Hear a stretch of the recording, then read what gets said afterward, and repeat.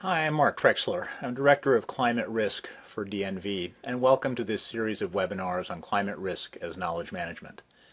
Climate risk is a very complicated subject, more and more information available literally almost every day, which is why I've started thinking of it more and more as a knowledge management challenge for companies around the world. And this series of webinars is an outgrowth of that conclusion.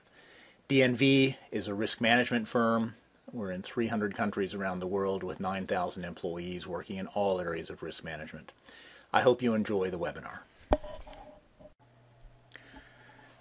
So today's seminar is on the subject of extreme events forecasting, why it's important and what's new from the Ipcc. The Intergovernmental Panel on Climate Change just released a summary for policymakers last week of a report on extreme events. And I thought it would be useful to run through where we are on the issue and what the Ipcc had to say and pull in some of the other literature that's particularly relevant to the subject.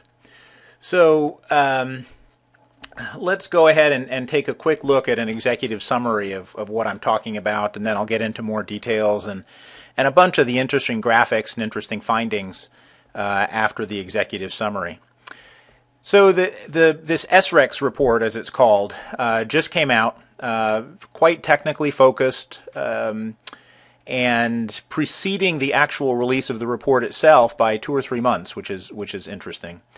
It's important to remember that extreme events, they get a lot of press. They're not necessarily the most important thing when it comes to diagnosing or understanding climate change. Extreme events, by definition, are pretty hard to get your head around and predict. So this is an interesting report in terms of, at least at some level, trying to forecast where we're headed with extreme events. The reason that extreme events are so important really is not so much in terms of do they demonstrate the science of climate change, as much as the fact that it's most likely that it will be extreme events that at some point tip the policy debate over climate change. Given that natural climate variability is really the biggest challenge facing public perceptions of the issue, it's extreme events that, for better or for worse, have the greatest potential to break whatever the policy logjam is at the time around climate policies. So that's really why I think that extreme events are so interesting and so important, and why I wanted to go through the Ipcc report. So the Ipcc report basically says that over time a lot of things become clearer. The forecasting during the period 2050 to 2100 when it comes to extreme events is much clearer than the forecasting before that, and so that's where most of the work tends to be focused.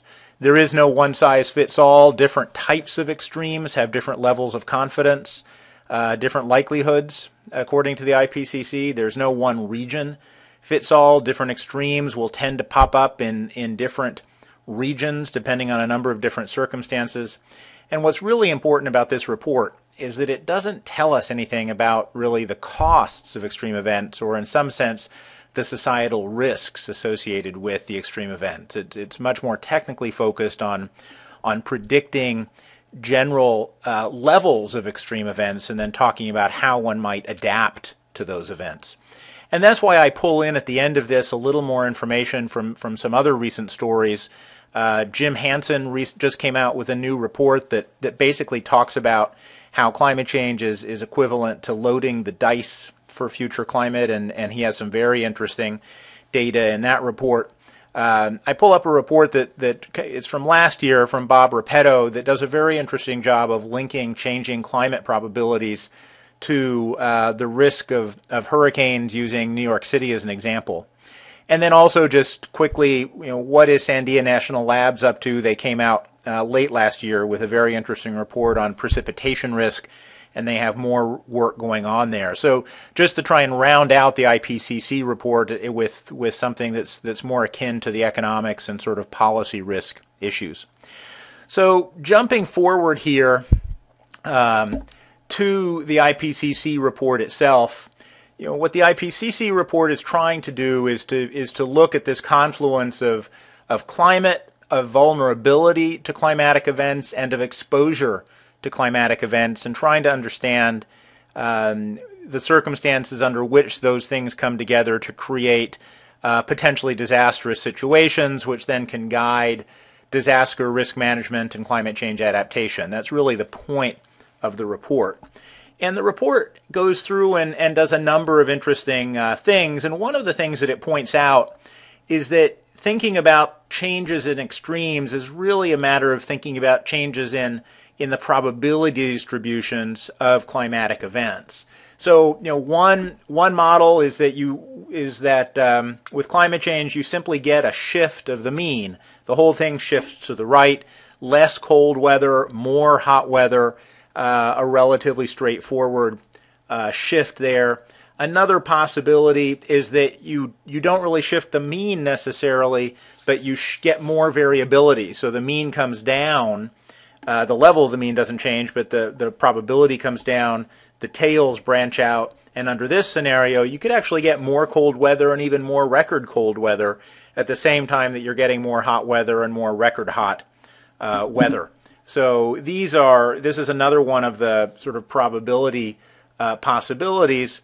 And then last is where you get a change in sort of the bias. So in this case, the tail is spreading out in terms of favoring more hot weather, more record hot weather, and really not much of a change in the cold weather. So that's what's sort of going on in thinking about the future of extreme events is trying to figure out how these probability distributions change.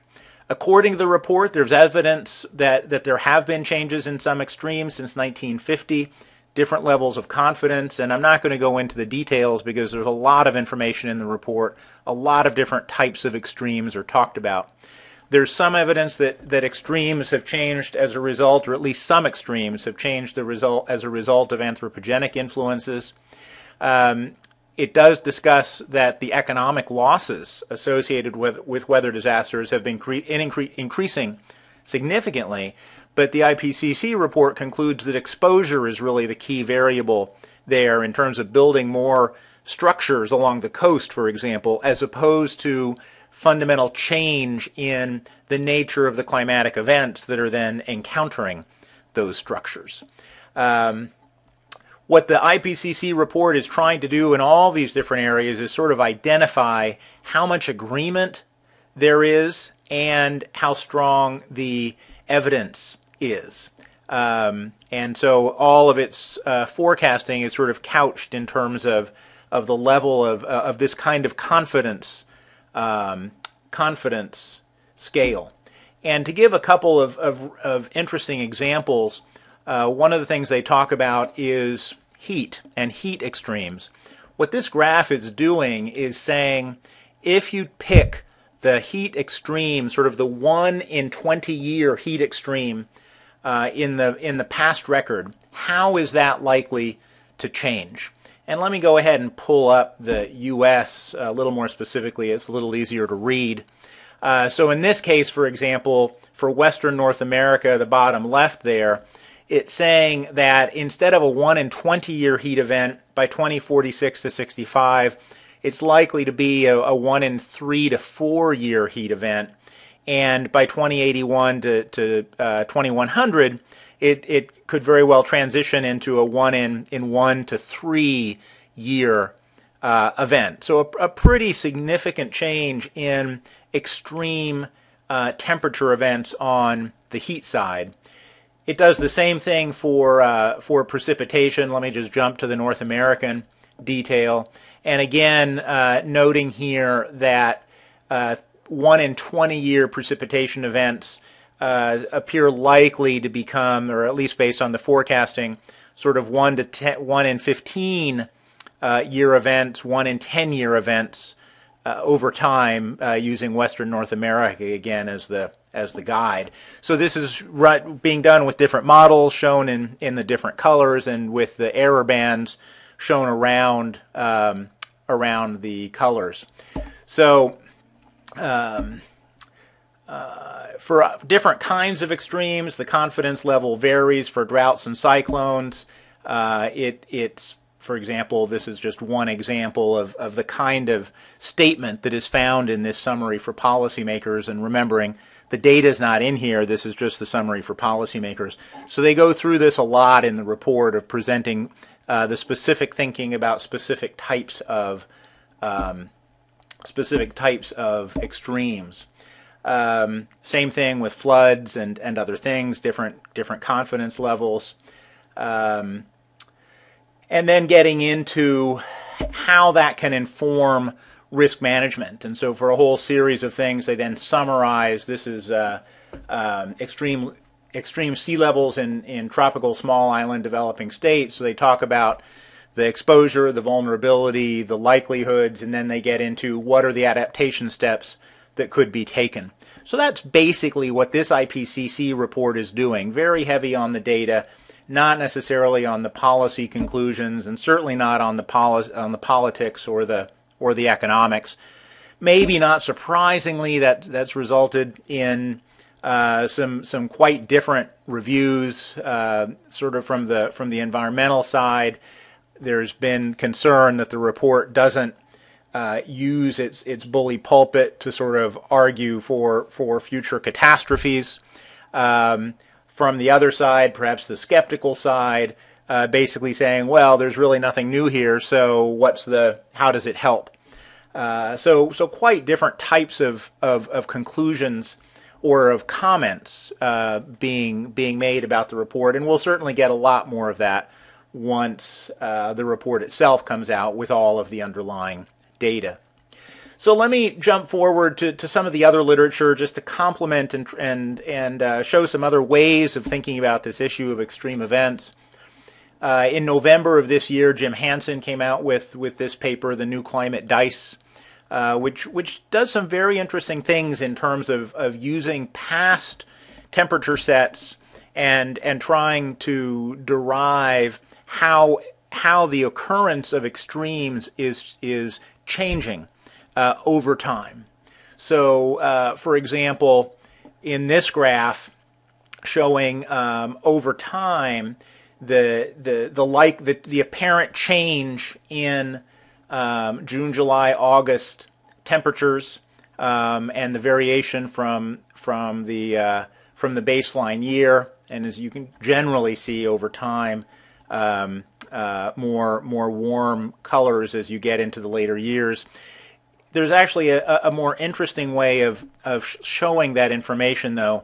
What this is doing is saying, okay, let's take the previously existing distribution of temperatures, and which allows us to calculate sort of a mean temperature for different areas.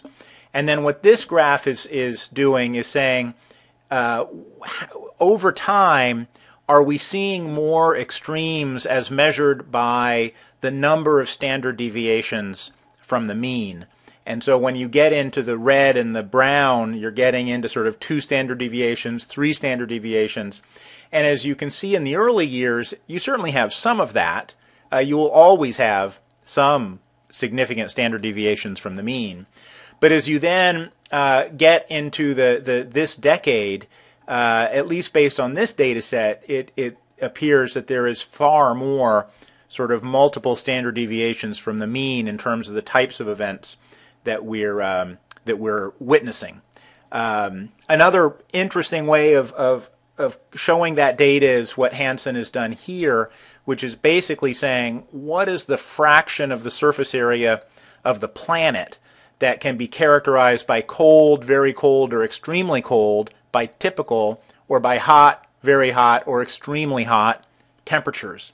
And as you can see, at least in terms of the way that he's presented the data, the areas characterized by cold are going down. The areas characterized by normal are going down over time. And the hot, very hot, and even the extremely hot in the last couple of decades appear to be going up pretty significantly. So this is a very different way of presenting the history of extreme data from the IPCC report, and I thought it was a very interesting way of doing that. And so in this analysis, he has a lot more of that kind of information and graphical analysis, and it's definitely worth taking a look at. So in his case too, though, there's no economics, there's no impacts associated with this forecasting. So I'm going to pull out a couple of things, going back to a report that Bob Repetto put out early in 2010 with Robert Easton, an interesting analysis which basically says, with changes in probabilities of extreme events, in this case, the risk of a hurricane hitting New York City, how do changing climate forecasts change the likelihood of those extreme events, in this case a hurricane hitting New York City, and what are the potential economic impacts? And so, starting with sort of this initial probability assessment from the National Hurricane Center, showing, for example, that one could expect a Category 5 hurricane under normal conditions, normal weather conditions, to hit New York City every 370 years. It actually has never happened, and an annual probability. And then saying, okay, if we build in to those probabilities the likelihood of climate change, they then derive sort of how is the probability changing. So in the case of a Category 5 hurricane, as you can see in this graphic, they estimate that it's gone from 1 in 370 years in the year 2000. By 2030, it'll be somewhere between 1 in 260 and 1 in 304 years. And they do this for each of the decades and for each of the categories of hurricanes. So a Category 3 goes from 68 years to something around 60 years. Now, this may not seem like a huge change, but it actually has, and the point of the paper is it has a very significant impact and economically, and that New York City should actually be willing to pay tens of billions of dollars in insurance if it were possible to avoid this outcome. In fact, the amount they should be willing to pay in insurance is more than 50% of the annual budget of the city. So it's a very significant number. There's also some interesting work in here on the implications of changing weather for major infrastructure investments and the risk to those investments, and how the rate of return for those investments will change over time. This is the kind of analysis that we really need to see a lot more of. There hasn't been very much of this sort of trying to link the scientific forecasts with the economics. Perhaps with this new IPCC report, we'll now see a lot more of that kind of analysis coming out, although, as you saw, the IPCC report tends to be sort of 2050 and thereafter, whereas Repetto is trying to deal with between now and 2030, which from a policy perspective is a much more crucial time period. To wrap things up, I'm just going to show sort of an interesting slide from a Sandia National Lab report here in the U.S. for the U.S., basically arguing, and this is limited to precipitation risk. They're doing additional work now that's looking at other extremes and trying to estimate the economics all the way down to employment effects state by state. This is a big report with all sorts of stuff in it. But it's interesting, what they basically try and calculate within different probability estimates is the likelihood of how much precipitation extremes will cost in the U.S. Out to 2050. And so at the 50% level, you'll notice there it's about $1 trillion, although there's some at the 10% level or 90% level, as the case may be, it's closer to $1.6 trillion.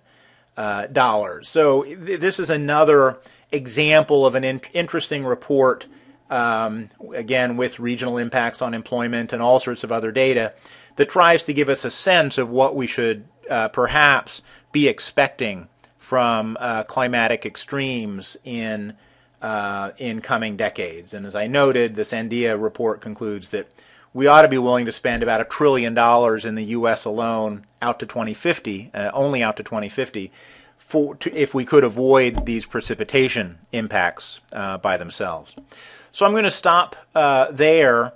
The executive summary again, just leaving, ending the webinar with that on the screen.